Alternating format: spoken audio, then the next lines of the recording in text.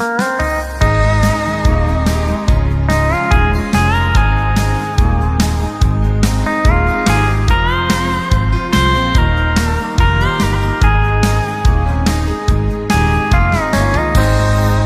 hơi dù nhìn dễ dính tê thụt hung thiên ta dễ ahin pakai nun nem nang giao lo bin hung hung dấu bu ye nei pan kin ola Giêsu loi tan te o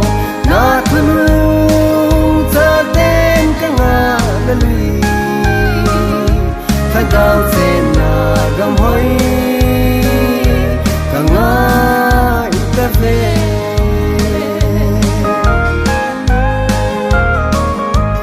ta san na ne tho ha na pu min tong zung ta đi pakai ang sung ilhung te mule ito pa manu isan te di ola Giêsu loi tan te o na thun cha ten ka nga la lui tha gao zen na gam hoi ka nga ita ve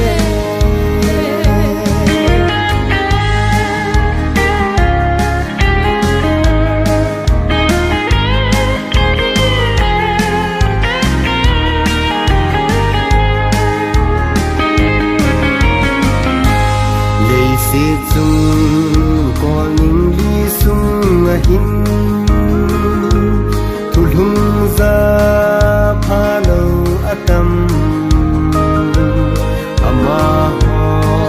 thuga sei pe din so pi tu nang ki panta ola Giêsu loi tan te o na thun cha ten ka nga la lui